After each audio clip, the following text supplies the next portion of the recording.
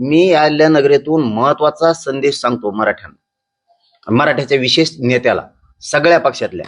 देवेंद्र फडणवीस जाणून बुजून मराठ्यांचे नेते संपवायला लागलाय. आमचा काही लॉस नाही, तुम्ही सावध व्हा. त्यांनी ना आता हे पटणार नाही नेत्याला, पण अंधारातून 100% पटणार. सगळ्या मंत्र्याला त्यांनी स्वतःची वैडी दिली, एक एक सगळ्याला. काय काम चाललंय तिथं ते पुरं त्याला कळतं. इतका बेभरोशी माणूस असतो का? तुझ्या पक्षात आलेत ना ते आता, तरी तू तुला एक एक. म्हणजे किती आतल्या गाठीचा माणूस आहे देवेंद्र फडणवीस. बघा, ही दशा आहे मराठ्यांची. हे तुम्हाला आतल्या आत पटतंय त्यांना. हो, पण आता मीडियात येणार ते. मी असं विचारलं की नाही नाही नाही नाही आम्ही लय खुश आहे तिथं, बळच छाताळा गाडी दे.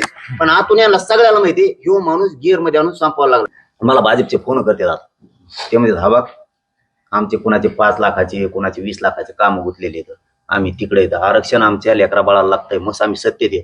आमचे पोरं पुरी आम्हाला शादी देत.